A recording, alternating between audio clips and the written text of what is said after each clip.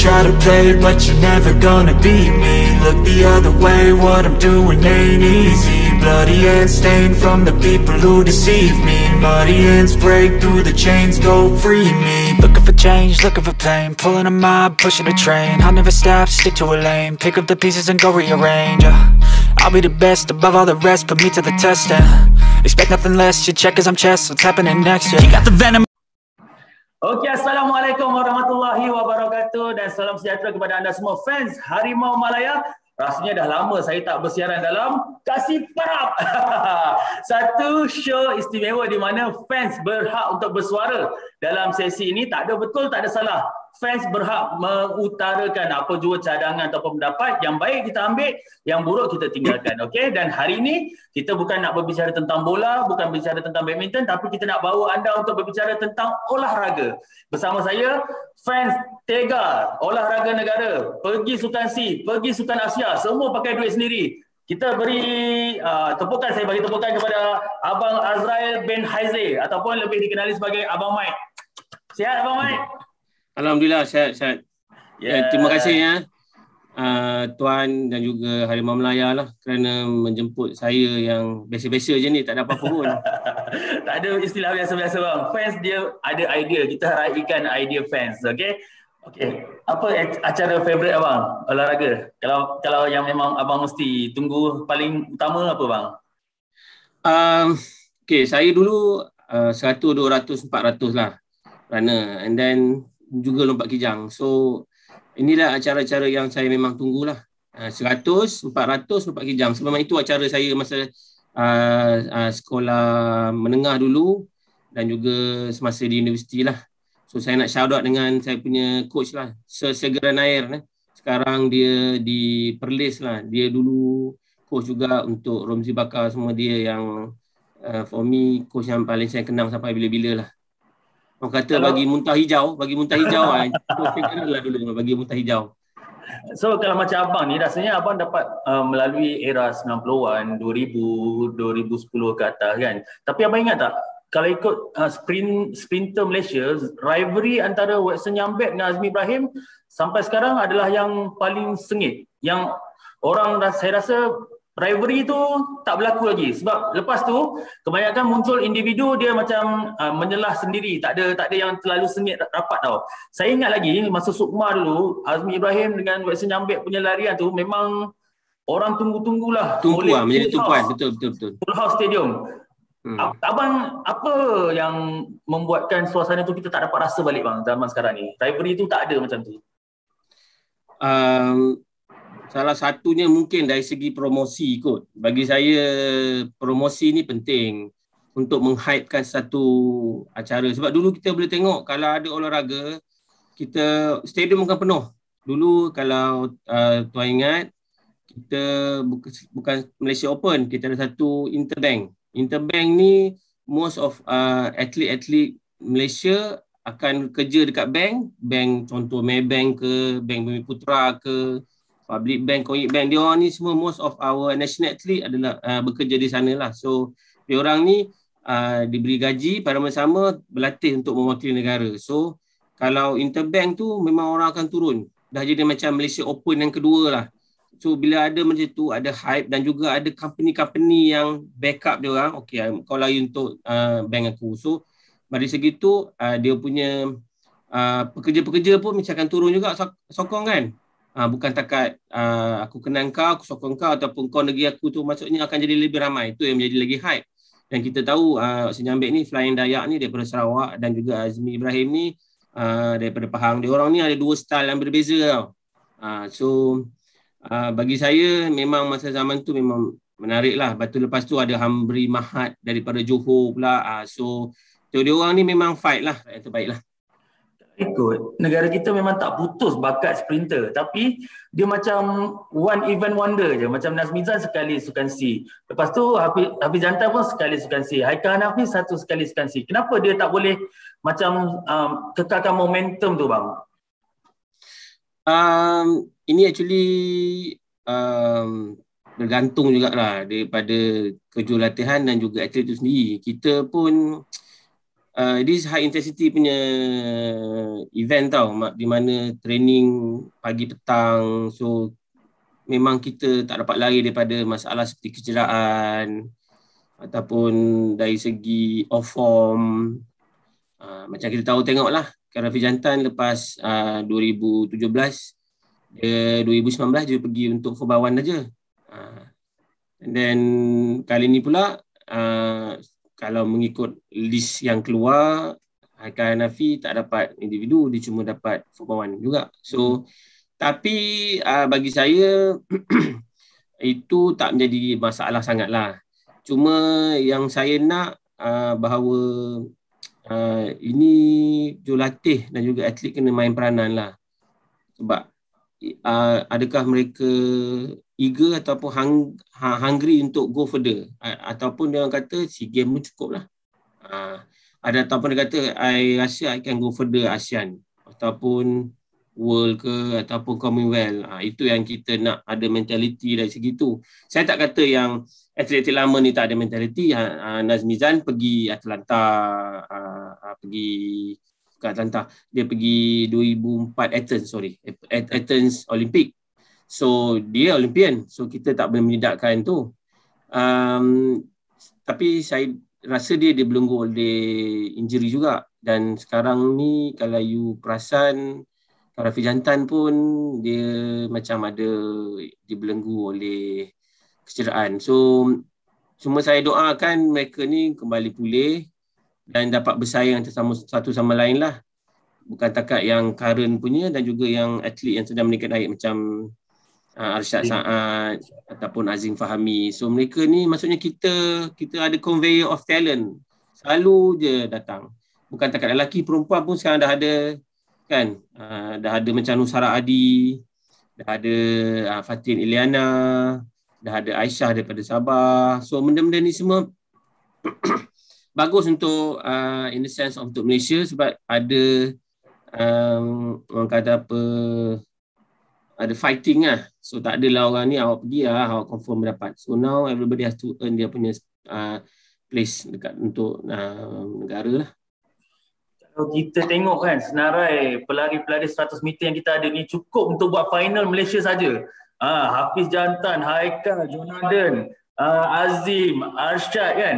Tapi balik pada pemilihan untuk Sukan C tu, apa yang saya bincangkan dengan Coach Bala sebelum ni, di mana sebenarnya kejohanan yang dipilih untuk pemilihan tu tak cukup.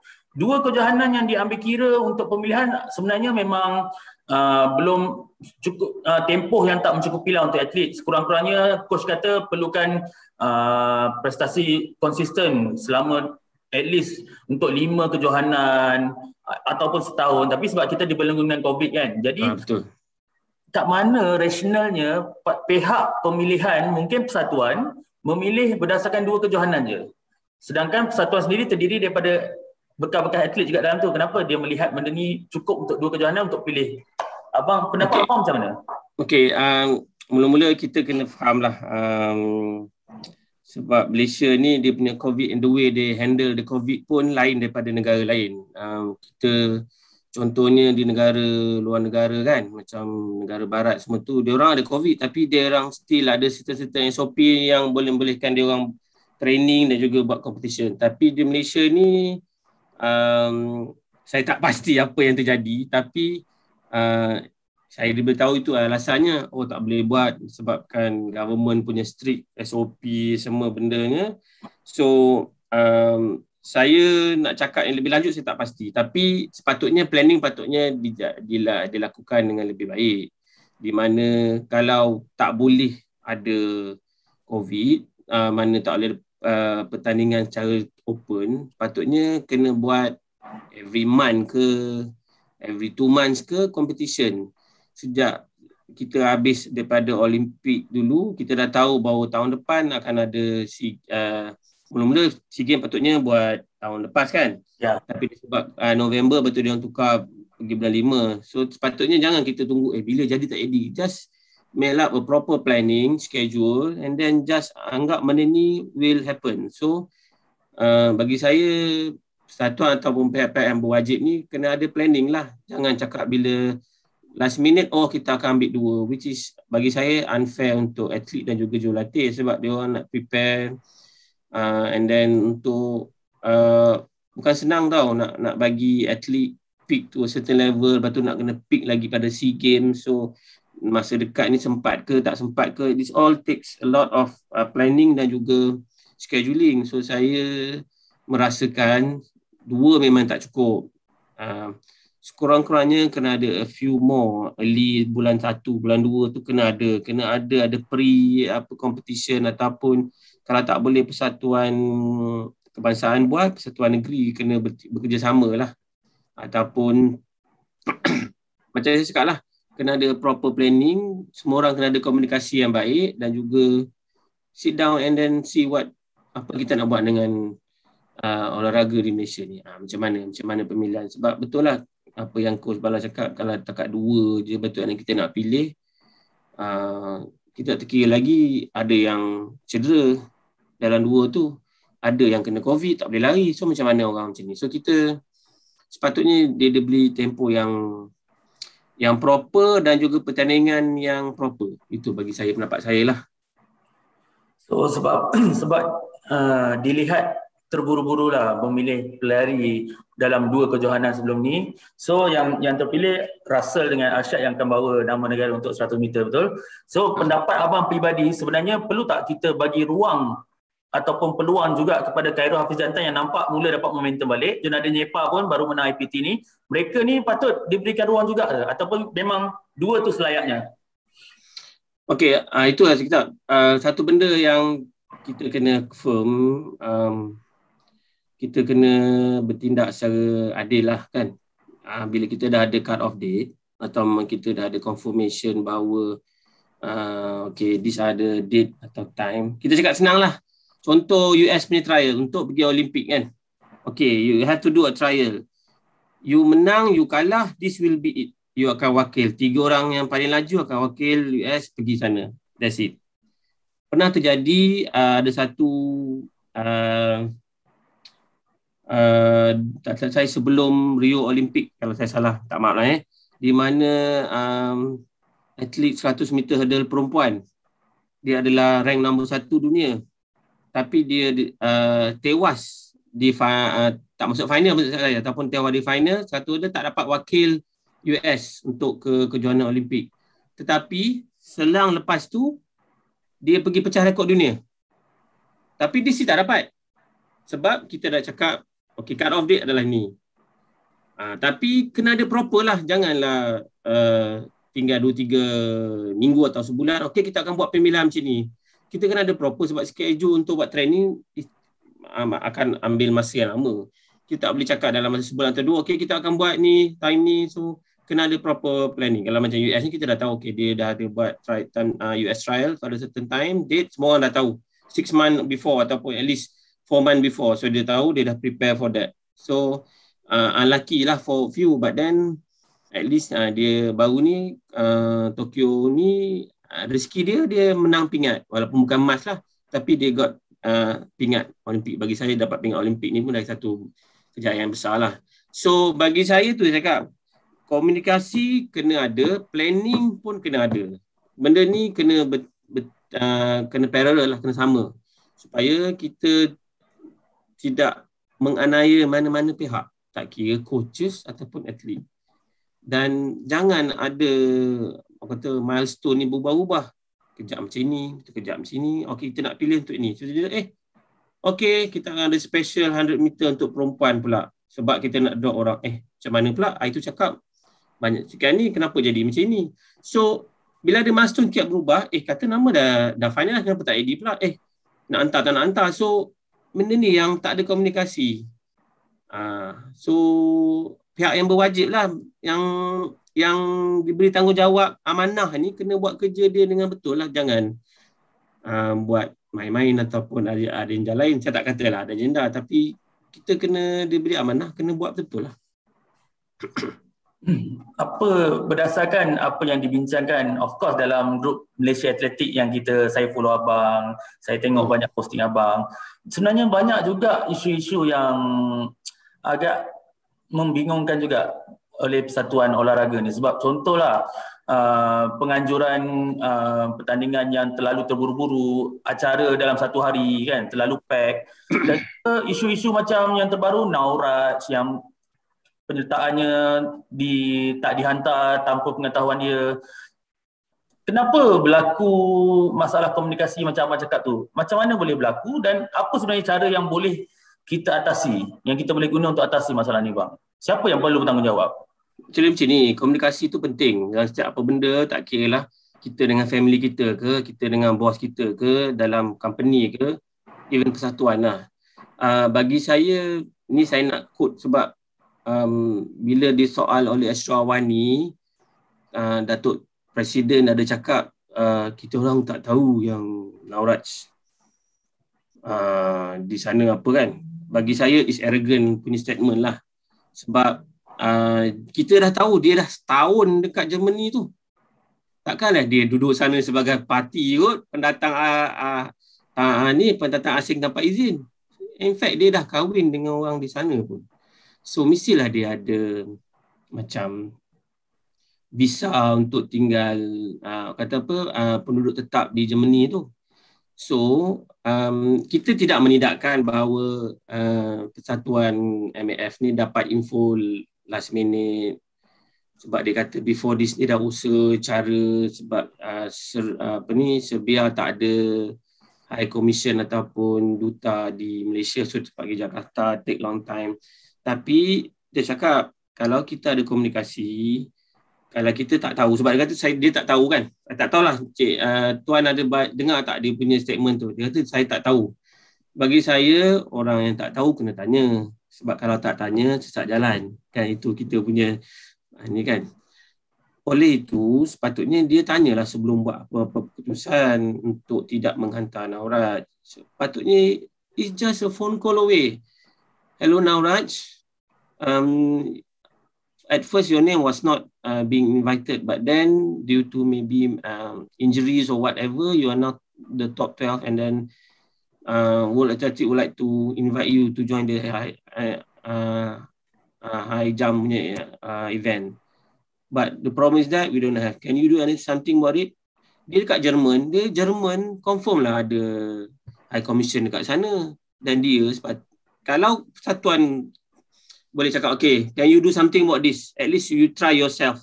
You have bring, okay, kita ada, I rasa, at least Nauraj pun dia kata, okay, I've been given the chance dalam masa seminggu. Okay, dia kata dapat tahun 9, 16 baru ada game tu kan, that weekend kan, terlampau dekat. Mana tahu Nauraj punya connection dekat Jerman ataupun boleh dapat, mungkin dia boleh dapat bantuan dan dia pergi terus ke Serbian punya High Commission dekat Germany dan dia boleh dapat because dia apply sendiri. Kita tak tahu. Tak adalah cakap. Itu cakap. Ignorant lah bagi saya. You can just ask. Bagi saya komunikasi. Kenapa persatuan tak tanya sendiri Nauraj and make the decision sebelum consult Nauraj himself or dia punya coach kat sana. So bila Nauraj dah bising, of course. Sebab Nauraj ni memang dia rasa dia berhak lah sebab dia dah dipanggil. Tapi jadi macam ni, dan dia tak tahu ujung pangkal, tiba orang lain yang cakap yang dia dipilih tapi tak pergi. Kalau tuan mesti tuan marah. Tu bila dia keluar statement, pula dah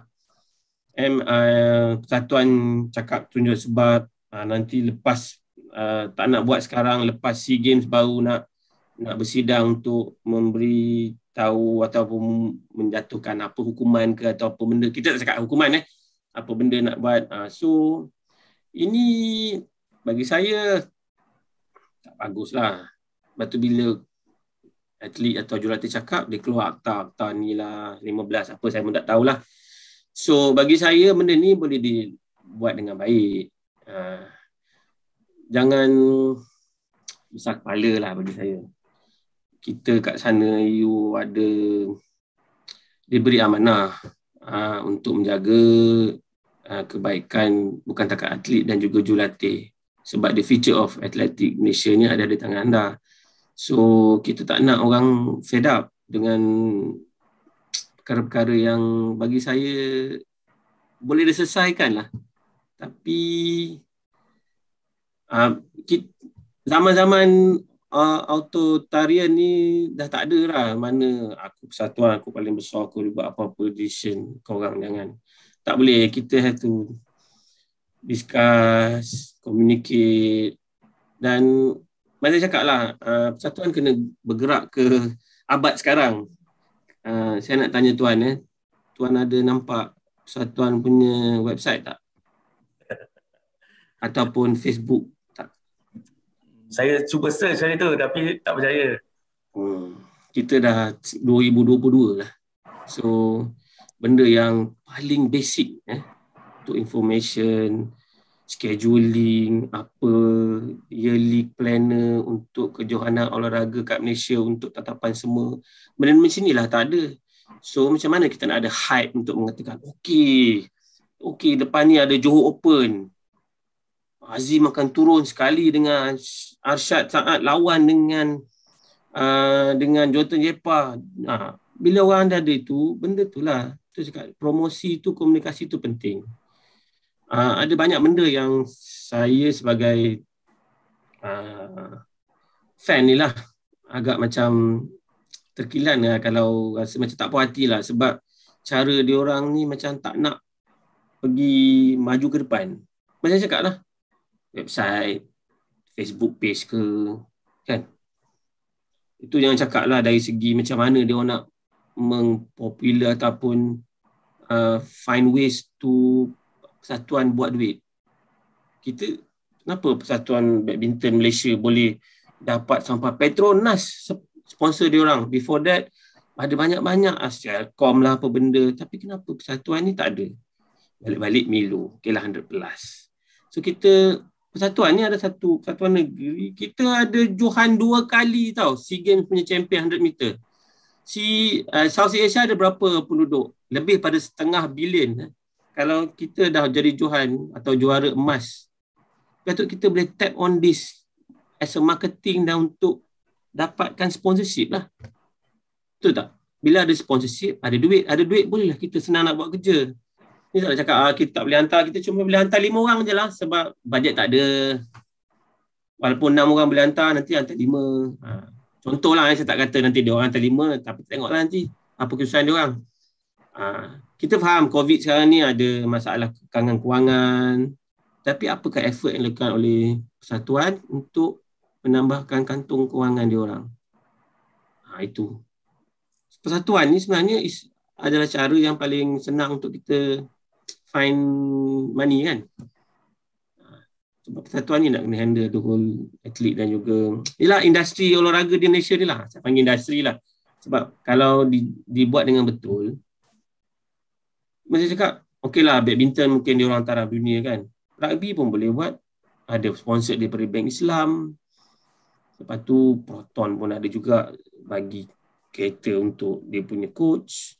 So ada sponsorship. So Persatuan Olahraga Malaysia.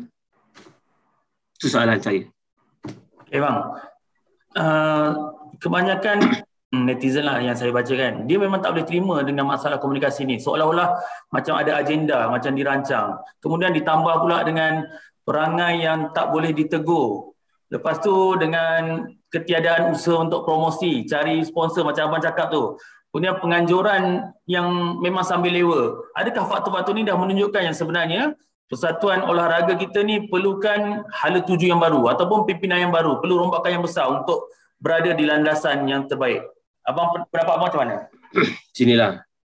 Sebenarnya tim baru ni adalah tim yang rombakan daripada tim lama. Tapi macam cakaplah, kalau persatuan ni dia kena bermula daripada negeri dan juga daerah lah. Sebab kan persatuan ni adalah undian daripada ahli-ahli persatuan dia peringkat negeri. Dan negeri tu pula ada peringkat daerah. So benda-benda ataupun mengikut manalah kelab-kelab yang boleh ni. Macam saya cakap lah, persatuan sendiri dah tak boleh anggap dia orang ni orang yang ada high authority, orang lain tak boleh usik. Itu bukan zaman-zaman dulu mungkin lah, kan. Zaman-zaman sekarang dah tak boleh. Sebab everything can be search, can be made known through just a click. which is internet ke atau apa ke, which is dia orang tak tap lah, macam saya cakap lah. Saya tak ada agenda politik mana-mana untuk buang orang ni atau buang orang tu atau ambil orang ni, ambil orang tu, tak ada. Yang saya nak adalah management of the association must be, bukan should lah, must lah, kena wajib lah dipernaikkan, dipertingkatkan ke tahap yang lebih tinggi lagi lah, profesional. Saya tak tahu apa, you tanya saya apa agenda lain, so saya tak suka spekulate lah, sebab benda ni kita tak nak menuduh orang tanpa sebarang bukti. Tapi kalau you di dalam persatuan dan you tak menjalankan tugas ataupun you boleh nampak benda tu, macam saya cakap lah, takkan nak ulang kan, website, Facebook page, sponsorship deal, so whatever it is, it's not there. So bagi saya ada satu kegagalan lah. Dia kena improve. Saya tak kata, sebab kita dah revamp benda ni dulu, kan. Presiden ni baru sepenggal. Dulu tu presiden lama tu lama-lama lah, dah lama dah. So tukar. Tapi tu yang saya harapkan, kena ada orang yang di dalam tu sendiri kena berubah. Dia kena ambil take lead dan juga niat dia kena tahu bahawa ni adalah amanah. Bukan untuk glamour ke, bukan semua benda ni persatuan kot. Kalau rasa tak mampu, please leave lah. Senang cakap. Sebab benda ni amanah. Dan if ask me, sepatutnya dia bolehkan lebih baik. Saya tak tahulah mereka ada tidak business development, executive or manager untuk handle, untuk mencari ketuk pintu, untuk cari sponsorship, ataupun adakah dia orang ada webmaster dia yang boleh develop very, if not nice, simple website ke, ataupun ada Facebook page untuk post apa benda ke. So benda ni sepatutnya dilakukan. Benda ni walaupun benda nampak senang, tapi kalau tak ada, macam mana persatuan nak dipandang tinggi dan sponsorship nak datang? So kalau BA tu tengok dia punya Twitter, dia punya Facebook, of course lah dia punya senang, sebab dia banyak ada duit dia boleh hantar orang pergi sana pergi sini, pergi training, pergi take the best coaches available, sebab dia ada duit. So benda ni yang kita perlu ada, popularkan dia, promosi, cari sponsor, cari duit, and then develop coaches. Bukan takat atlet, coaches. Sebab kita ada banyak talented coaches tetapi tidak diberi peluang untuk naik another step further. Jadi jurulatih pelapis ke, jurulatih junior ke. Ini tak. Orang tu lah handle senior, orang tu lah handle junior, orang tu lah handle pelapis. Asyik muka dia. Kalau acara tu, nampak muka tu je lah. Dia lah Dr. Poh melukuk di tepi track daripada pagi ke petang, esoknya pagi ke petang. So, padahal ada orang lain. Tapi tidak dipertengahkan. Itu yang menjadi masalahnya tu.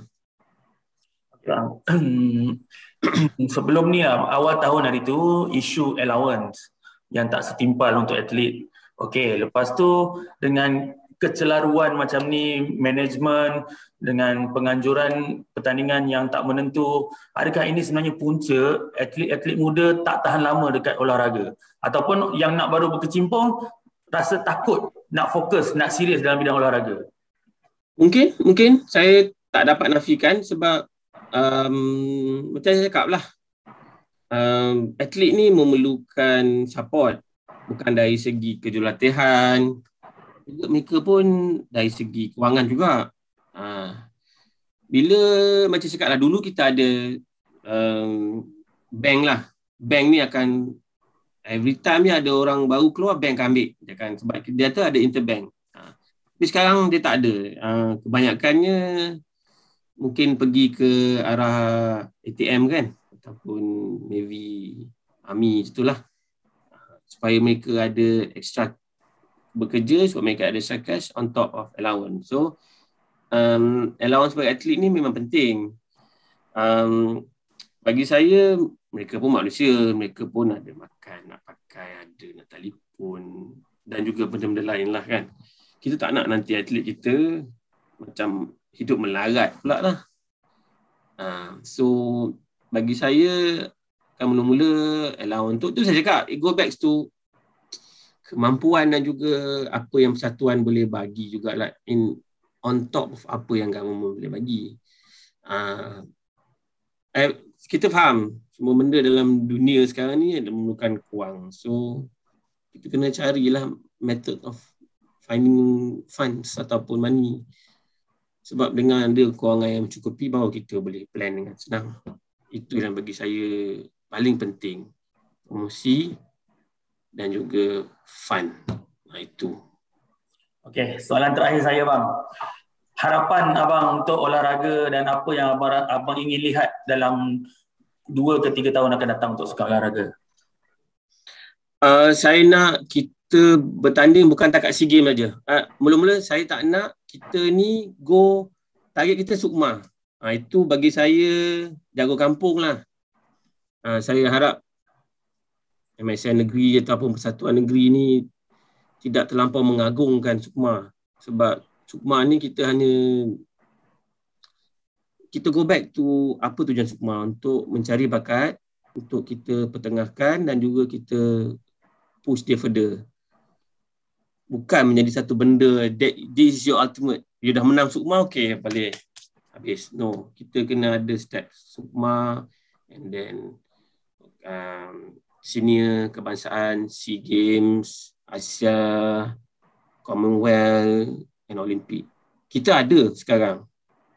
In the sense of, saya bukan nak put pressure in him, tapi kita ada talent yang satu dalam berjuta-juta lah, which is Muhammad Azim, Muhammad Fahmi. So saya harap MSN, KBS dan juga persatuan lah take good care of him.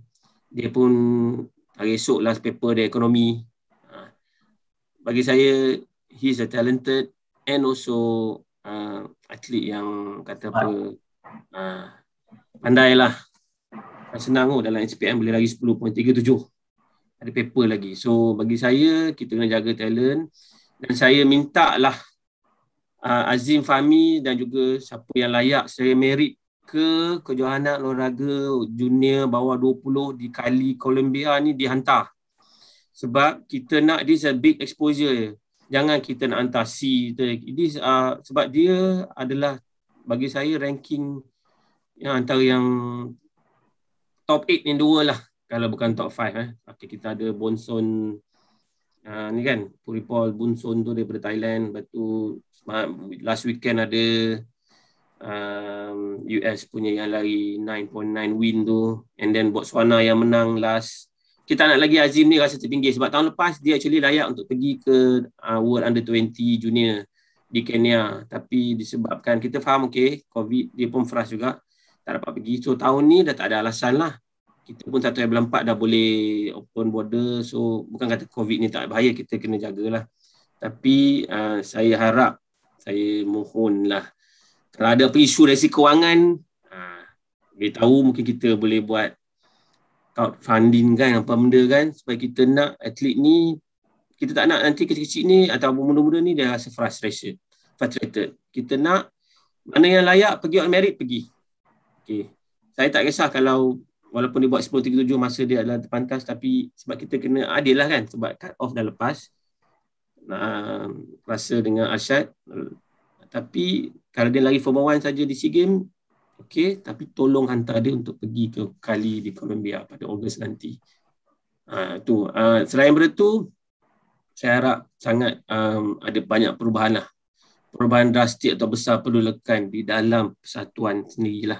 Bukan persatuan kebangsaan je, persatuan negeri sendiri, supaya kita boleh manage macam event semalam kan, kecoh pasal atlet special dapat masuk final saja.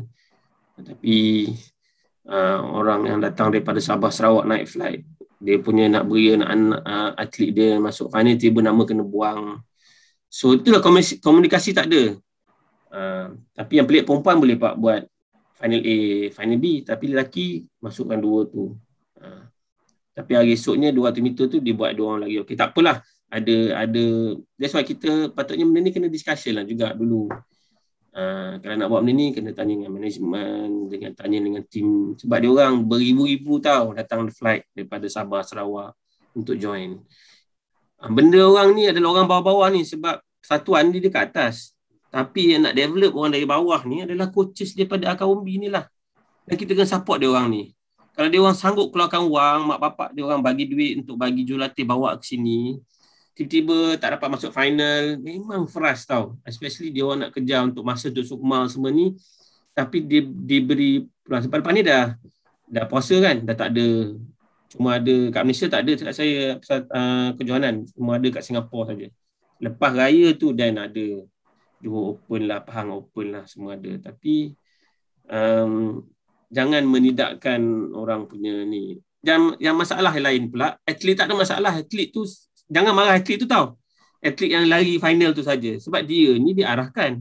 Dan saya diberitahu bahawa dia orang tak ada masalah nak lari hit atau semi final dulu pun tak ada masalah.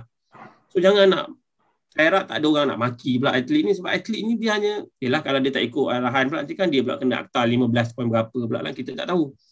So again, Satuan Kebangsaan dan Negeri kena ada proper planning dan juga proper communication lah. Kita nak benda ni at the end of the day adalah untuk kebaikan olahraga Malaysia, dan kita nak tengok lebih ramai lagi lah. Rafi Jantan, Haikal Hanafi, Nazmizan Muhammad, dan kita nak ada level kita dah hilang satu world tahap world, iaitu Lee Hak Wei yang baru mengumumkan persaraan dia semalam. He's still the only one yang layak ke final World Athletic Championship. Final round, bukan final je, final round. Jadi best 8. So saya nak ucapkan terima kasih banyak lah Mr. Lee Hak Wei. You are, bagi saya, legend lah. Champ and legend. 3 kali Olympian, banyak kali menang pingat di peringkat Asia. So kita dah hilang tu, kita nak ada lagi orang yang boleh menggantikan beliau, bukan untuk acara lompat tinggi saja, untuk acara lain lah. So itu harapan saya. Jangan kita hanya jago kampung. We should go for higher than SEA Games, ASEAN, Commonwealth or even Olympic or World lah. Itu saya punya harapan. Okey, terima kasih Abang Mike kerana sedia luangkan masa bersama kami berkongsi cerita. Saya akan terus follow tulisan-tulisan Abang Mike dekat Malaysia. Terima kasih support. Right. Ada rezeki kita jumpa lagi. Terima kasih sekali lagi luangkan masa bersama kami di Harimau Malaya. Semoga terima kasih banyak kerana menjemput saya Harimau Malaya. Terima kasih banyak. Thank you very much. Okey, Assalamualaikum warahmatullahi wabarakatuh. Jumpa lagi. Waalaikumsalam. Take care semua.